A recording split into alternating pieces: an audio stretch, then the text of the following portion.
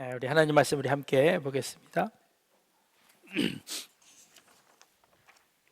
사무엘상 7장 3절로부터 12절까지 말씀입니다. 조금 긴 말씀인데요, 우리 한 절씩 돌아가면서 읽도록 합니다. 사무엘이 이스라엘 온 족속에게 말하여 이르되 만일 너희가 전심으로 여호와께 돌아오려거든 이방신들과 아스타롯을 너희 중에서 제거하고 너희 마음을 여호와께로 향하여 그만을 섬기라. 그리하면 너희를 블레셋 사람의 손에서 건져 내시리라.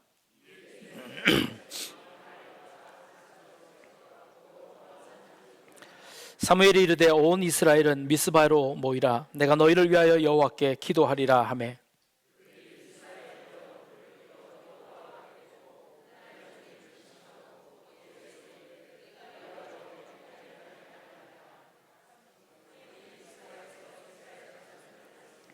이스라엘 자손이 미스바에 모였다 함을 블레셋 사람들이 듣고 그들의 방백들이 이스라엘을 치러 올라온지라. 이스라엘 자손들이 듣고 블레셋 사람들을 두려워하여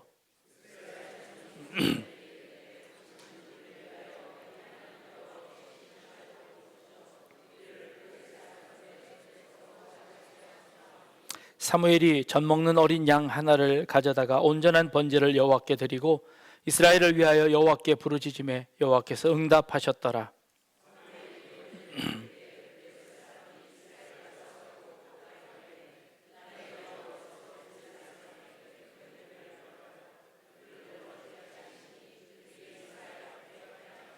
이스라엘 사람들이 미스바에서 나가서 블레셋 사람들을 추격하여 벳갈 아래에 이르기까지 쳤더라.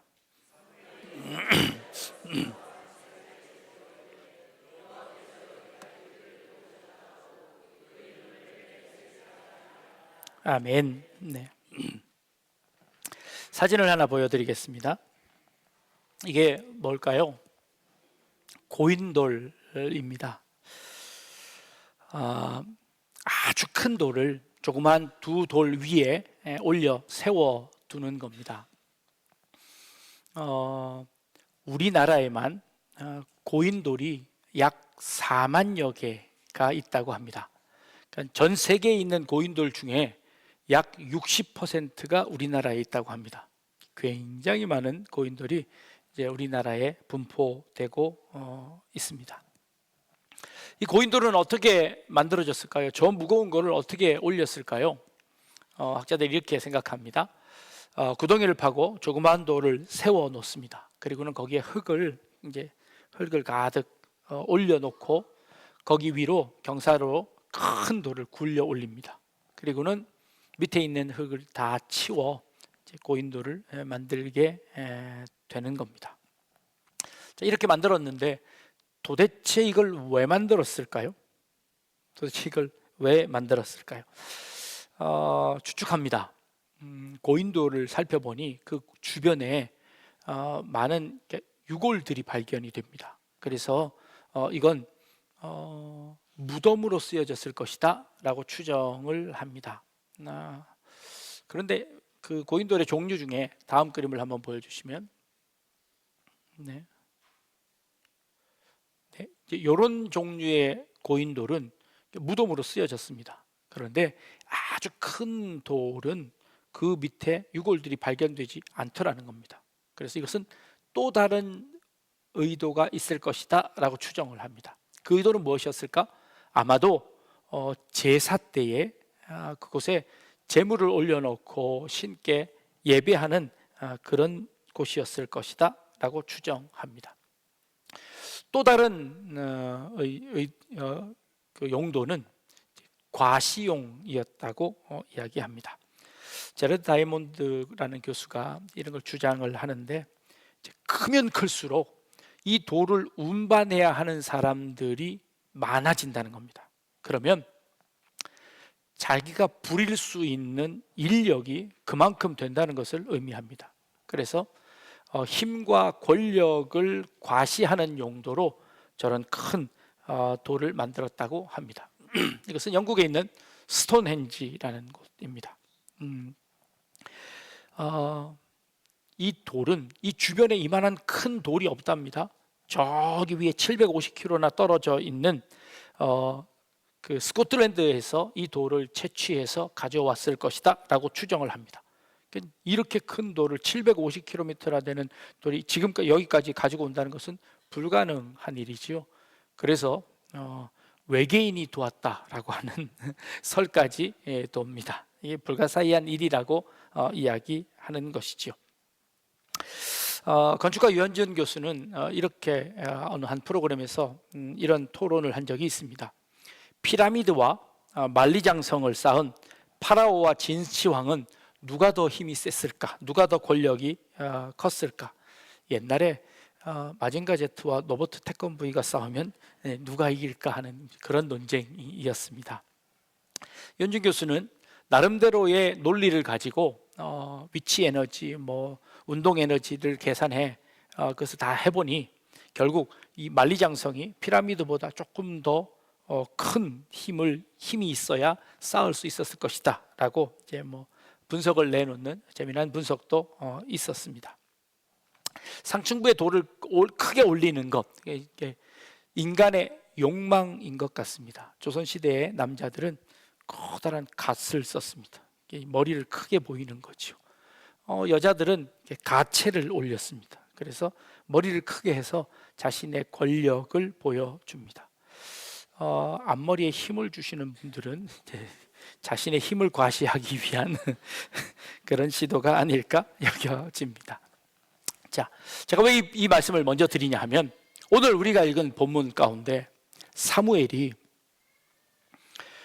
에벤에셀이라는 곳에 돌을 하나 세우고 그 돌의 이름을 에벤에셀이다, 하나님께서 우리를 도우셨다 라고 하는 이름을 붙였다는 그런 기사를 우리가 지금 오늘 읽어보았습니다. 고인돌은 청동기 시대에, 신석기 시대에서부터 청동기 시대에 이르는 그 시대에 만들어진 것으로 추정합니다. 사무엘이 언제 사람이냐면 바로 청동기 시대 사람입니다.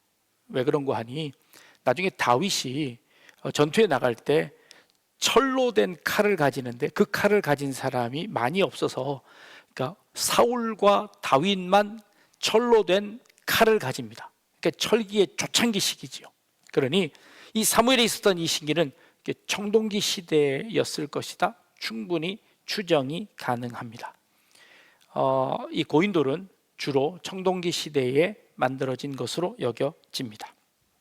자, 하나님께서 우리를 여기까지 도우셨습니다 하고 어쩌면 사무엘은 백성들을 모아놓고 고인돌을 세워 놓았는지 모르겠습니다. 하나님이 우리를 여기까지 도우셨습니다 라고 하는 겁니다.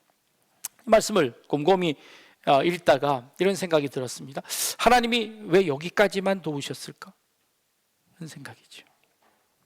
물컵에 물이 얼만큼 있습니까? 반밖에 없습니까? 반이나 있습니까? 네, 반밖에 없습니까? 아니면 반씩이나 있습니까? 자, 하나님이 우리를 여기까지 도우셨다고 하는데 하나님 왜 여기까지만 도우셨습니까? 조금 더 나가면 안 될까요? 하나님 우리를 그 블레셋 진영에서 조금 더 나가면 안 될까요? 하나님 왜 우리를 여기까지만 도우셨습니까? 그런 의미일까요? 아니면 하나님께서 우리를 여기까지나 도우셨다 라고 하시는 그런 말씀일까요? 에벤에셀은요, 위치가 어디 있냐면 미스바와 센 사이라고 성경은 표현하고 있습니다. 미스바라고 하는 것은 전망대, 망루라는 그런 의미를 가지고 있는 단어입니다. 전망대, 망루는 어떤 뜻이죠? 높은 곳에서 적들이 침입하고 하는지 아닌지를 이렇게 정찰하는 그런 곳입니다. 그 망루에서 이스라엘의 경계쯤 되어지는 그곳에서 적들이 침범해 올 때 우리 편에게 알려주는 그런 망대 역할을 하는 곳입니다. 반면 센이라는 곳은 이빨 혹은 험한 바위라는 뜻을 가지고 있습니다. 그 험한 바위가 있는 곳은 아마도 블레셋 사람들이 그곳을 망루 삼아 그곳에 더 이상 침범하지 못하도록 그들의 경계선이었는지도 모르겠습니다. 그래서 이 미스바와 센 사이에 돌을 세웠습니다. 딱 그 경계쯤 되는 그곳인 것 같습니다. 그곳에서 더 이상 넘어가지 않고 여기까지면 되었다라고 하는 의미에서 어쩌면 거기에다가 고인돌을 세웠는지 모르겠습니다. 얼마나 큰 돌을 세웠는지 알 수 없지만, 그러나 사무엘은 그곳에 돌을 세우고 에베네셀이라고 이름을 지었다는 겁니다. 하나님이 우리를 여기까지 도우셨다라는 겁니다. 이스라엘은요, 이집트의 포로로 있을 때 피라미드를 지었던 사람들입니다.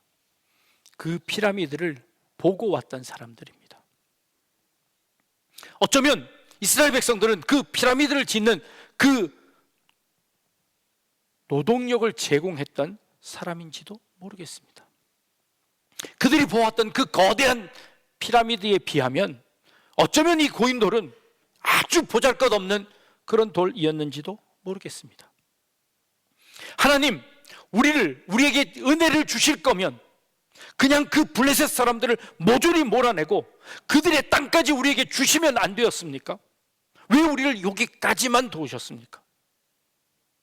그들을 아예 박살내고 다시는 우리를 쳐들어올 수 없도록 그들을 만들어야 하지 않겠습니까? 그런데 하나님은 여기까지만 도우셨습니다. 사무엘도 더 이상 넘어가지 말아라, 우리 여기까지만 가자라고 이야기하는 겁니다. 사실 사무엘이 미스바에다가 이스라엘 백성들을 불러 모은 데는 다른 이유가 있었습니다. 우리는 이제 더 이상 블레셋이 섬기고 있는 바알과 아세라, 아스돗을 섬기지 않겠습니다. 우리는 오직 하나님만 섬기겠습니다 라고 모인 곳이 미스바였습니다. 그 당시 가나안 땅에서 다른 우상을 섬기지 않겠다고 하는 것은 농경의 신이었던 바알과 비를 주관하는 그 다른 신들을 섬기지 않겠다는 것은 그 모든 농사에 대해서 더 이상 기대하지 않겠다는 겁니다. 아니, 그 모든 기대를 하나님께만 드리겠다는 것이 그들의 각오였습니다. 우리는 더 이상 다른 신 섬기지 않겠습니다. 다른 능력, 다른 힘을 구하지 않겠습니다. 오직 하나님만 구하겠습니다 라고 기도한 것입니다. 블레셋이 오해했습니다. 블레셋이 오해하고 이스라엘 백성들이 모여 있어 그들의 부족들이 함께 모여 힘을 모은다고 생각해 이 블레셋이 침입합니다. 하나님, 이를 어쩌면 좋습니까? 걱정하고 있을 때 하나님께서 우레를 발해 그 블레셋 사람들이 이스라엘을 침범하지 못하도록 만드셨습니다. 그래서 블레셋이 주랭랑을 치고 도망을 갑니다. 그들을 끝까지 쫓아갑니다. 그런데 사무엘이 더 이상 쫓아가지 말랍니다. 여기까지 괜찮다는 겁니다. 더 이상 가지 말라는 겁니다. 그것만으로 충분하답니다. 여기까지만 가고 더 이상 가지 말라고 막습니다. 그리고 돌을 세웁니다. 그리고 하나님이 우리를 여기까지 도우셨다라고 이야기하는 겁니다. 다음 사진을 한번 보여주실까요? 자, 이건 뭘 표시해 놓은 지도일까요? 우리나라 서울에 있는 교회를 좀 찍어 놓았습니다. 굉장히 많지요. 한때 우리나라에는 약 20% 이상의 기독교인들이 존재했습니다. 지금은 많이 힘을 잃었습니다만, 그때 대학생 선교회나 아니면 그 파라처치의 지도자들이 우리 대학생들에게, 기독교인들에게 이런 비전을 심어 주었습니다. 여러분 큰 꿈을 가지십시오. 이제 우리가 교회에만 머물지 말고 세상에 나아가서 정치, 경제, 문화 모든 분야에서 이 대한민국이 하나님의 나라가 됨을 선포하고 그렇게 만듭시다 하고 여러분 수련회 때마다 비전을 선포했습니다. 그럴 때마다 정말 막 가슴이 뭉클해지며, 맞아, 우리 이 나라를 하나님께 드려야 돼. 그리고 각 분야에서 하나님의 사람들로 세워지려고 그렇게 열심히 기도했던 때가 있습니다. 근데 그 기도가 응답되었을까요? 정말 장로님이 대통령이 되는 놀라운 기적이 일어났습니다. 근데 망해버렸습니다. 지금 요 모양 요 꼴이 됐습니다. 많은 국회의원들이 크리스찬입니다. 많은 많은 문화계 인사들이 그리스도인입니다. 그런데 더 많은 타락과 지탄의 대상이 되고 있는 모습을 봅니다. 시청에서 광화문에서 많은 그리스도인들을 모아 힘을 과시하려고 합니다. 마치 고인돌을 세우는 것처럼 큰 돌을 세워놓으면 우리를 아무도 건들지 못할 것이라고 이야기합니다. 유현준 교수가 이야기합니다. 과시용으로 쓰여질 때 마을 어귀에다가 큰 돌을 세워놓으면 부족들이 전쟁을 하다가 이쪽 부족을 침입하기 위해서 왔다가 마을 어귀에 세워진 돌의 크기를 보고 이것은 우리 동네 돌보다 더 크네. 그러면 우리보다 인력이 더 많을 테니 이 마을은 전쟁하지 말고 도망갑시다. 도망간다는 거예요. 돌이 더 작으면 이 동네는 우리보다 힘이 적으니 이 부족을 칩시다 해서 전쟁을 한다는 거예요. 그래서 마을마다 커다란 돌을 과시용으로 세워놓는다는 겁니다.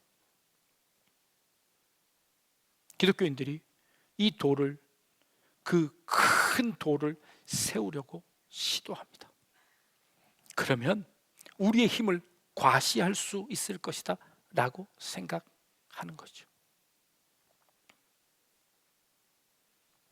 그 다음 그림 보여주실까요? 그 다음 그림입니다.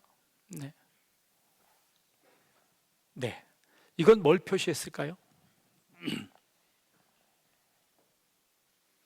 이거는 서울에 있는 치킨집의 지도입니다. 우리나라 사람들이 치킨을 참 좋아합니다. 전 세계의 KFC의 매장 숫자보다 우리나라의 치킨집 숫자가 더 많답니다. 자, 이렇게 많으면 힘을 가질까요? 서로 죽게 되었습니다. 서로가 서로를 경쟁 상대로 보게 되었습니다. 결국 다 망하는 게 되어버립니다. 교회가 그 큰 돌을 세운다고 성공하는 것이 아님을 우리는 압니다. 돌을 세우는 것은 자신을 과시하는 것입니다. 그런데 사무엘은요, 그 돌이 어떤 돌인지 모르지만 아마도 조그마한 돌이지 않았을까 추정합니다. 야곱은 도망가다가 잠자다가 하나님을 만납니다. 그리고 일어나 자기가 뱄던 조그마한 돌베개 하나 세우고 그곳에서 하나님이 나와 함께 하심을 기억합니다.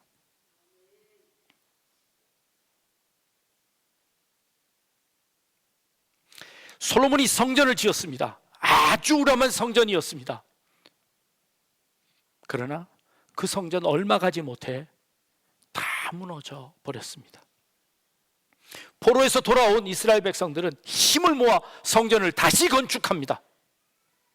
그런데 예전 솔로몬의 성전의 영광을 보았던 사람들이 눈물을 흘리며 그 성전의 준수식에 참여합니다. 솔로몬 성전에 비하면 아주 보잘것없는 초라한 모습이었기 때문입니다. 그런데 그 성전마저 하나님께서 부수어 내십니다.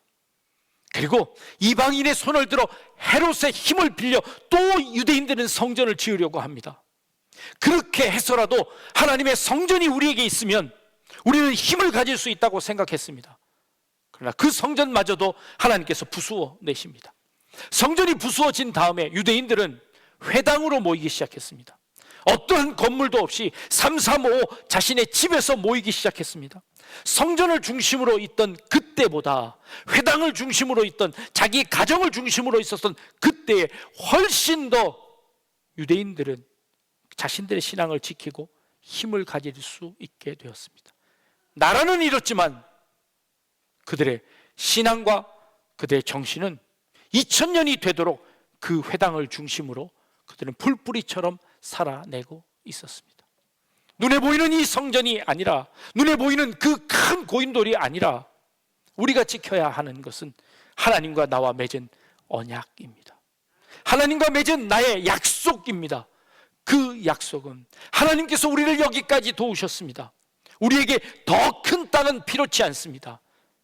블레셋의 모든 것들을 다 정복해 그것을 내가 빼앗아서 누리고 그 모든 것을 정복하는 것이 우리의 신앙이 아니라, 우리는 그것 없이도 하나님과 맺은 그 약속 하나로 살아갈 수 있습니다. 가나안 땅은 우리나라의 강원도 정도밖에 안 되는 땅입니다. 면적으로 보면 강원도 정도밖에 안 됩니다. 하나님이 아브라함을 부르실 때 이렇게 말씀하십니다. 네가 내 말 듣고 따라 그것을 떠나면 하늘의 별과 같이 바닷가의 모래같이 만들어 주시겠다고 약속하셨습니다. 그런데 고작 이스라엘 땅이라고요? 하나님이 주신 그 약속이 고작 요거라고요? 고작 하나님께서 여기까지 도우셨다고요? 아니요. 하나님께서 약속하신 그 약속은 광활한 이집트처럼 세계를 정복하는 그런 땅이 아니었습니다. 하나님께서 우리에게 약속하신 것은 그 부를 대대손손 누리는 그런 약속이 아니었습니다. 하나님께서 우리에게 약속하신 것은 그런 축복이 아니었습니다. 하나님만 섬기며 바알과 아스타롯과 세상에 부를 준다고 약속하는 그 모든 신들을 버리고 오직 하나님만 섬기겠습니다 라고 약속했던 이스라엘이 미스바에 모여서 하나님께 회개하고 돌아왔던 그들이, 하나님이 축복 주셔서 그 블레셋의 침입을 다 몰아냈지만, 그러나 그들을 끝까지 쫓아가지 않습니다. 그들을 끝까지 몰아내 박살내지 않습니다. 그저 우리에게 주신 이 자리를 지키며 우리의 신앙을 지켜내며 우리는 여기까지, 하나님이 우리에게 줄로 재어준 이곳까지, 이것이면 충분합니다 라고 하나님 앞에 약속하는 장면입니다. 오늘 이 자리가 어쩌면 여러분들이 하나님과 약속했던 에베네셀의 자리인 줄 압니다. 세상 사람들은 무시할 수 있습니다. 세상 사람들은 이 가치를 알지 못합니다. 그러나 우리는 하나님과 맺은 언약을 기억합니다. 하나님과 약속한 그 약속의 이 자리를 지켜내며 나를 여기까지 도우신 하나님, 나를 이 시간까지 도우신 하나님, 내가 그 약속 잊지 않고 나의 남은 인생을 살아내겠습니다. 믿음으로 이 자리를 지키겠습니다. 하나님과 약속하는 것이죠. 예수님은 제자들이 독립을 이루어내 이 나라를 전복시킵시다 라고 예수님에게 종용했지만, 주님은 그것 다 포기하고 하나님과 맺은 그 약속 에베네셀의 십자가를 지시며 그 자리에 모든 것 다 내려 놓으셨습니다. 그러나 그 십자가가 온 인류에게 구원을 주시는 은혜의 십자가가 된 것을 우리는 너무나 잘 알고 있습니다. 세상은 우리더러 큰 돌을 세우라고 합니다. 그 큰 돌을 세워 우리의 힘을 과시하라고 합니다. 그러나 우리는 조그마한 에베네셀의 돌 하나면 충분합니다. 내 마음속에 그 돌 굳건히 붙잡고 세상의 유혹에 흔들리지 않고 온전히 하나님과 나와의 약속의 돌을 붙잡고 여기까지 도우신 하나님의 은혜에 감사하며 흔들리지 않는 믿음으로 승리할 수 있는 우리 약대중와 함께 모든 성도님 되시기를 주님의 이름으로 축복합니다. 기도합니다.